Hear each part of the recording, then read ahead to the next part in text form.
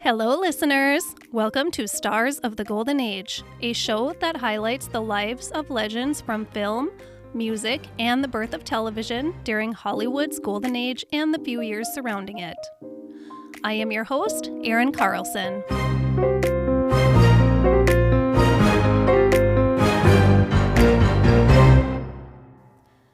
Today, we will be discussing Billie Burke, who rose to fame before the Golden Age, but she had an amazing life, so we're going to shine a light on her legacy today. Oh, Billie Burke, what a treasure!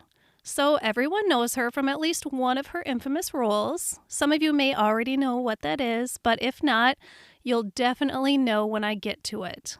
So just be patient. But she was much, much more than that role, so let me tell you all about her. Mary William Ethelbert Appleton Burke, quite the name, who we know as Billie Burke, was born on August 7th, 1885, in Washington, D.C. Her father had been a drummer in the Civil War with aspirations of becoming a chemist, but destiny sent him elsewhere and he became a clown instead. I think he may be about the only man who that sentence can be said about. Little Billie's dad is named Billy too, so things might get a little confusing, but I will try my best to keep things understandable. I read our subject Billie's autobiography that she penned in 1949 titled A Feather on My Nose. I'm happy I picked this book up because I couldn't find much detailed information about her childhood elsewhere, so who better to get dirt on Billie than Billie herself? She did write a follow-up book in 1959 too, if anyone is interested. I want to add quickly before I go on, as I prepare my stories, my goal is to use at least one book as part of my research, a highly regarded biography, or better yet, an autobiography, and the rest of my research I always make sure to get from a reputable source. So you'll notice a lot of biography.com and Britannica.com references in my sources at the end of each episode. I want to stay away from gossip and try to stick to the facts about the people we discuss. Okay, back to Billie and her childhood. Billie speaks so fondly of her father in her autobiography. She describes him as a clown like this, quote, Billie Burke was a handsome clown. I am tempted to say a pretty clown because he had a round, open, generous face with sparkling blue eyes, always shining, and beautiful red hair. He did not wear tramp clothes or make himself up to look ridiculous. Instead, he was impeccably costumed in white with a gorgeous white ruff around his neck, a chalk white face, and a widely smiling pink mouth. End quote. I read you this description Billie gives of her father for a couple of reasons. First, I want you to get a visual of Father Billie's appearance as a clown. Clowns have a deep history and have evolved from something completely different than what we envision today with the wild get-ups and the big red noses. Clowns were highly regarded entertainers. They entertained royalty. They were considered artists. In the circus world, they are the aristocrats of the circus. And the best of the best were singing clowns. And Billie's father was a singing clown with a deep baritone voice that could captivate an entire audience.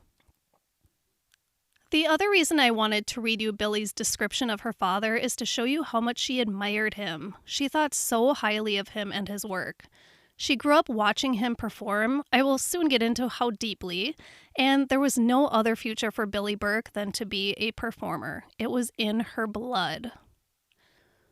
Billie was performing with the P.T. Barnum Circus in Pittsburgh when he met his future wife, Blanche, who was there visiting from Washington, D.C., where she worked in the Treasury Department.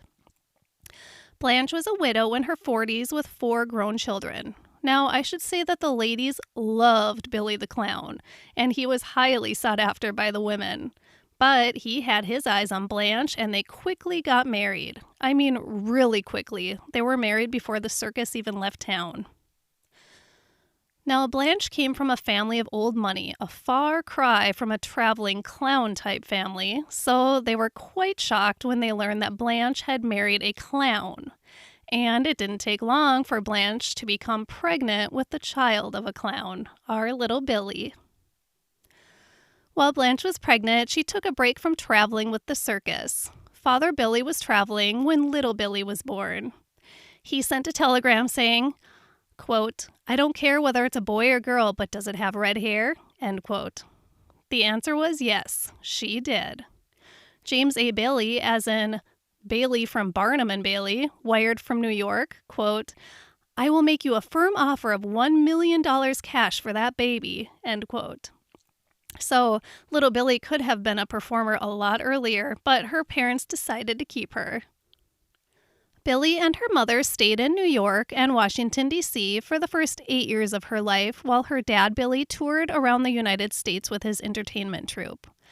In 1893, when Billy was about 8 years old, the family sailed to London so Father Billy could try his act across the pond. Little Billy was a little disappointed when they arrived because what she imagined in London was kings and queens and royal things all over, and that's not what she saw, but she loved it all the same. Formal schooling was sporadic in London, with Billy traveling with her father's circus troupe all over Europe so often.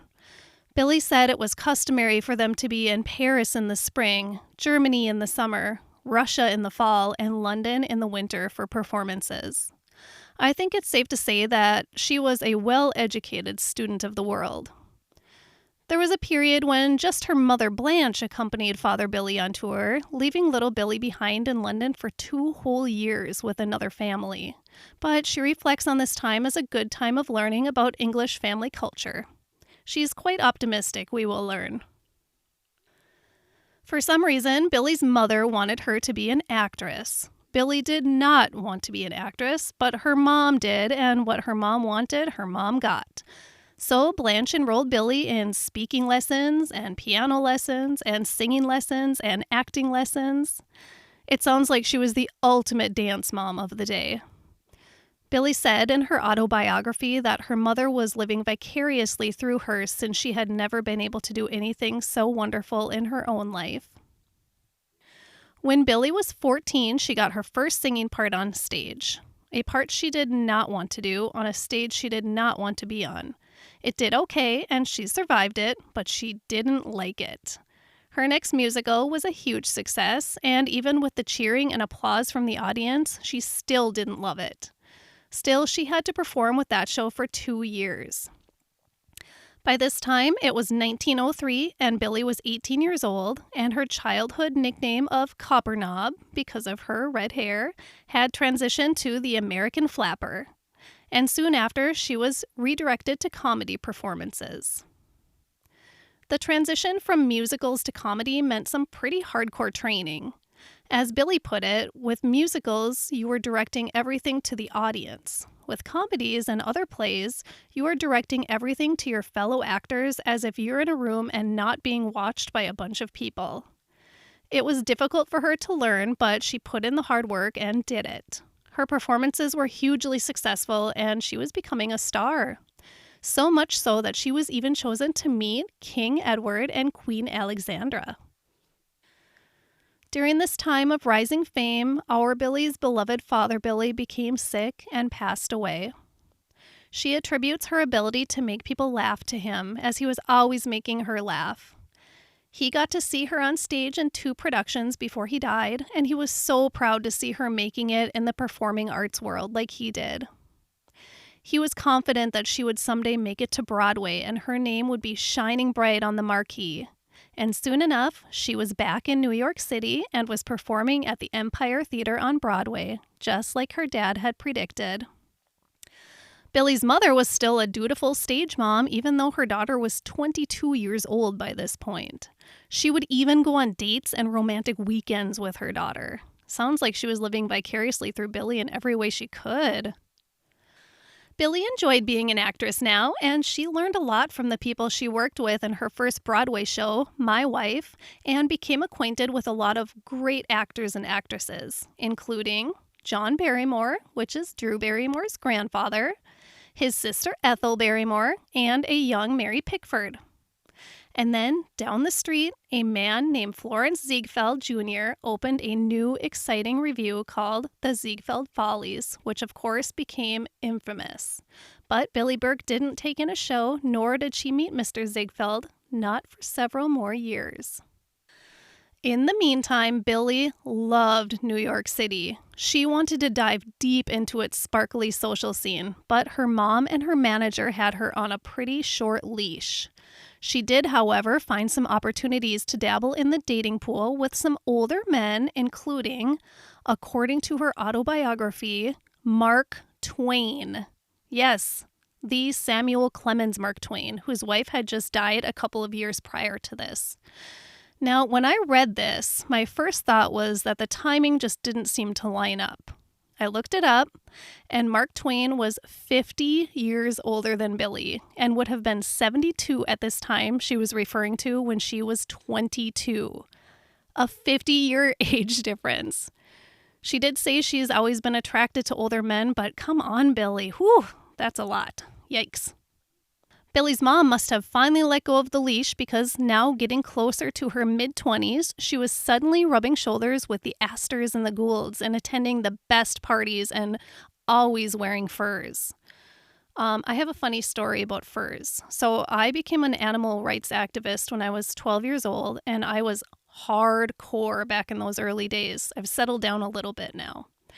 So my family went to my cousin's wedding shortly after I first got into all of this stuff.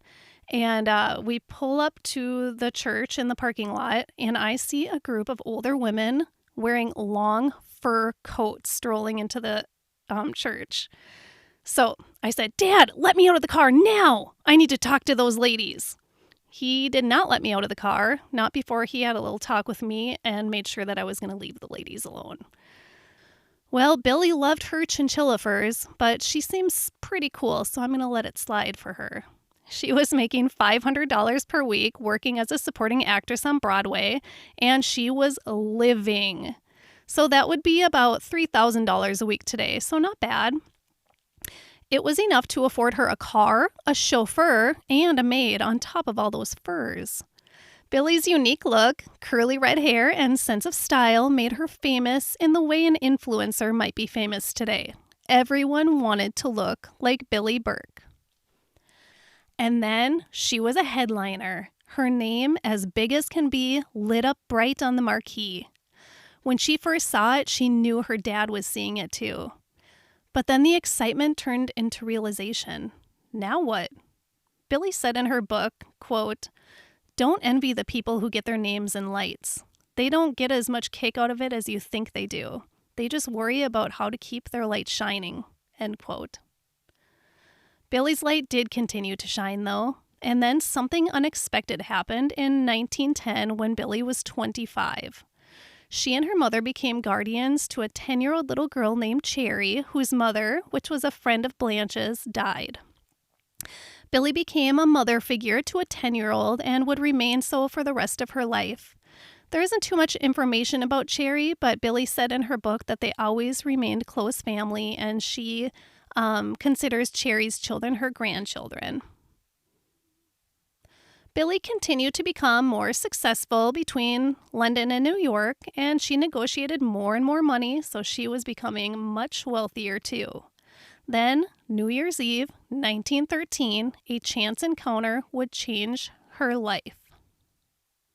Billie, her manager, and some actor friends crashed a costume ball at the Hotel Astor in New York at about 2 a.m., and as Billie descended the grand staircase into the ballroom, she was about to be swept off her feet by the man standing at the bottom of it. She didn't know him. Well, she knew who he was, but didn't know that yet since they hadn't officially met yet. The man was Florenz Ziegfeld, world-famous producer of the Ziegfeld Follies. Now, most of you have probably heard of the Ziegfeld Follies, but I'll sweep over a quick overview just in case. Florenz Ziegfeld launched his Broadway revue featuring showgirls and chorus line singers who were advertised as the most beautiful women in the world in 1907. Many of these girls went on to stardom after starting their careers as Ziegfeld girls, like Barbara Stanwyck and Marilyn Miller, to name a couple. So Billie Burke, of course, had heard of Flo Ziegfeld and the Ziegfeld Follies, but she had never met him and had never made it to one of his shows. But when he took her into his arms and swept her around the dance floor in the very early morning hours of the first day of 1914, she instantly felt like she belonged with this mystery man. She felt like he was her missing piece. Even before speaking one word to each other, she thought this. And while they were in their own lust-filled world on the dance floor, Flo's ex-wife was glaring on from the sidelines. Billie knew going into it that Ziegfeld was a romantically dangerous man and had dated half of the women in New York. But she was drawn to him like a magnet and had no choice but to risk future danger for present joy. The two began a whirlwind romance and they very quickly got married. And get this, not only did Billie's mom Blanche go on their honeymoon with them, that's not surprising, so did both of Flo Ziegfeld's parents. Sounds romantic. Getting married kind of put a conflict on her career, and rumors and evidence were presenting themselves almost immediately that Flo was cheating on Billie. But she denied it. She did not believe it. She even caught him with women, but she was still in such denial about him being unfaithful. She even says in her autobiography that she saw him with other women at hotels. She believed in her husband and his love for her. She was so devoted to this man. The new entertainment industry of films in Hollywood had their eyes on Billie Burke, and in 1915, she received a very nice offer to go out and make movies. Billie and Flo were barely married, and now they would be living on opposite sides of the country from one another. So off she went with her mom, her adopted daughter Cherry, and a handful of staff to Hollywood to make big Hollywood history and big Hollywood money. Her motion picture debut was 1916's silent comedy Peggy, and she became the highest paid actress in Hollywood's young existence. Billie was getting more reports from friends about Flo's escapades with other women, and by now Billie was starting to actually believe some of them. She and Flo would get in terrible fights over it, and he finally admitted it to her, kind of. She was about ready to leave him and devote her life to a career in Hollywood, but then she discovered she was pregnant. Billie gave birth to a little baby girl with red hair like hers in October of 1916, little baby Patricia. Patricia, of course, was spoiled rotten, but Billie would later say once Pat was grown up that however spoiled she was, she always remained a good and kind person, and she was so proud of that. Having a child changed the trajectory of Billie's life and career. She focused on being a mother, but did still work some. Ultimately, after doing over a dozen silent films in Hollywood, she decided she wanted to be on the East Coast permanently, so she decided to return to the stage, taking little Patricia with her when the shows went on tour.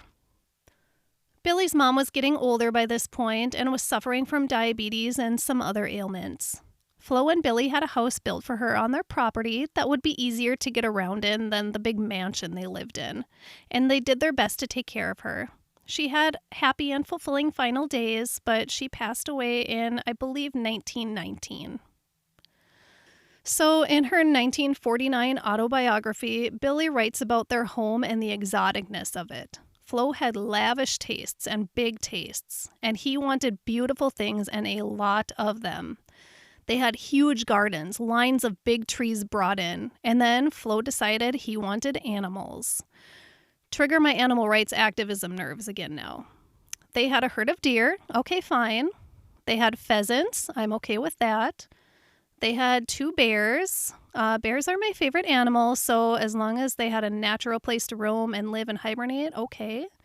Ponies, yes, of course. Here's where they lose me, though. Keep in mind, this is in New York on the Hudson River where it gets cold. They had cockatoos and parrots outside, from what I understand. Then they got buffaloes. Buffaloes don't belong in New York. But what really doesn't belong in New York is the baby elephant they got, or the lions. Okay, now I'm just mad at them. The mansion had a projection room, tons of expensive antiques from all over the world, anything that Flo could get his hands on that cost a ton of money and would mean someone else couldn't have it. He hosted grand parties. He was extravagant to the limits and loved to spend money. He even insisted to Billie that the only way to properly maintain the health and vibrancy of natural red hair like hers was to rinse it with expensive imported champagne. I don't think that's true. She thought it was ridiculous, but she didn't mind licking up the dribbles of champagne that drizzled down her face as he rinsed her hair with it after every shampoo, so she obliged. And then came the stock market crash of 1929. This event and the years following it were devastating to millions of people. People couldn't afford food for their children. People lost their homes. And poor Florence Ziegfeld couldn't afford caviar or imported champagne hair rinses anymore. So Billie decided to head back out to Hollywood and make some quick bucks on the silver screen and do some stage work out there as well. Flo was getting older now, as we all do. He was 17 years older than Billie and had started to see some declines in his health. He developed illness in his lungs and became sicker and weaker as time went on, yet he continued to work as much as he could. The entire country between them, and Billie could tell from his voice on their calls that he was declining. She put her work in Hollywood on hold, and she and Patricia returned home. She had just signed for a film to begin that summer with John Barrymore and newcomer Katharine Hepburn called A Bill of Divorcement, so she planned to go back east, care for Flo, tie up some loose ends, and return to California with him so he could rest and heal there. But nothing could heal Florence Ziegfeld, and he died on July 22nd, 1932. He was 65 years old. Billie Burke had given her life to this man. She gave him her entire heart, even if he didn't give her all of his. They had a lot of turmoil over the years, but they had good times too. She was devoted to him until the end, the true love of her life, and now he was gone. Flo's estate had been in financial ruins, with many creditors wanting their money. Billie, still mourning, was left to pick up the pieces. Tough as nails, she did, and she lived on. She continued to work and was able to usher in some new faces in the industry, like Clark Gable and Cary Grant. Hollywood was changing and evolving. Billie Burke appeared in over 40 movies and entertained on the stage hundreds of times. Can you guess what her all-time favorite film role was? The one that she is best known for to later generations, a little film called The Wizard of Oz. Billie played Glinda the Good Witch in the movie, and that would become one of the most successful and beloved movies of all time.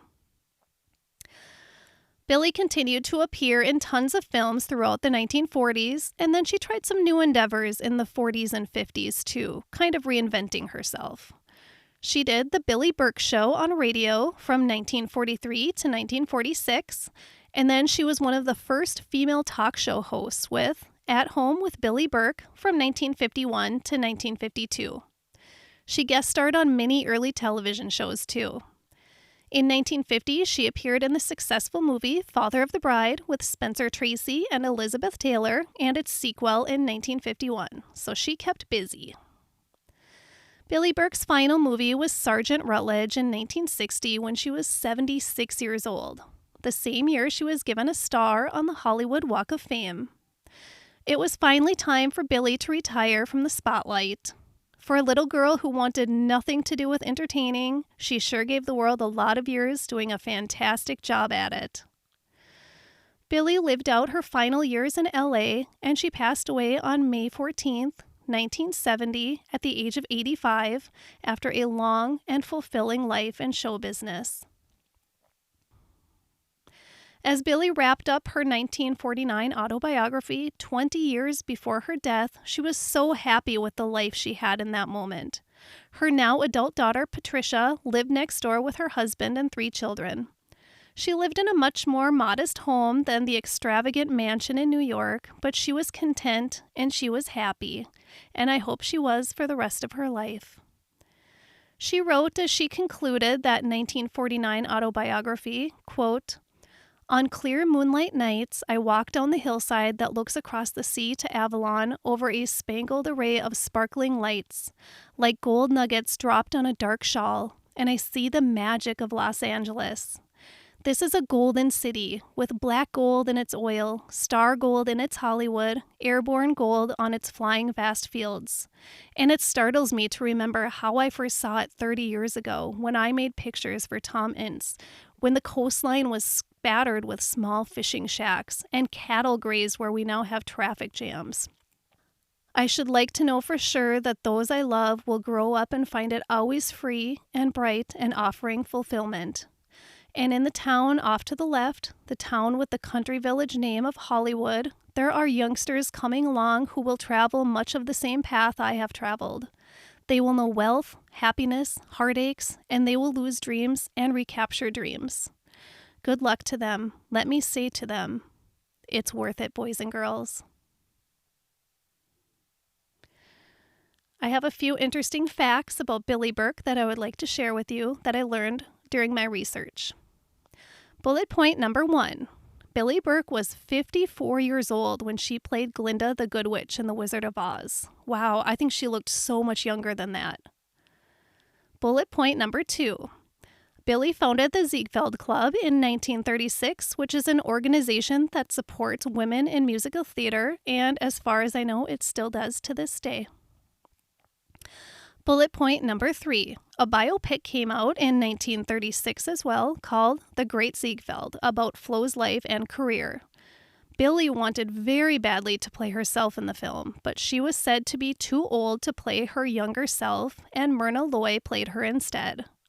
I don't know, she looked pretty good a few years later in The Wizard of Oz. In conclusion, Billie Burke lived a colorful life from the moment she was born. She saw the evolution of show business from stage to silent films to talkies to radio to television, and she got to be involved in all of it. She loved fiercely and was devoted completely to those she loved.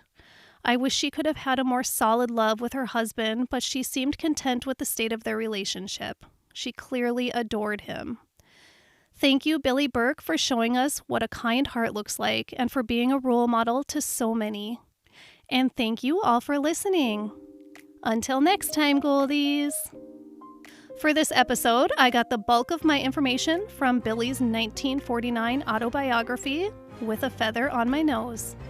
I also pulled some information from a December 18th, 2020 article on goldenglobes.com titled Forgotten Hollywood, Billie Burke by Meher Tatna. And of course, IMDb.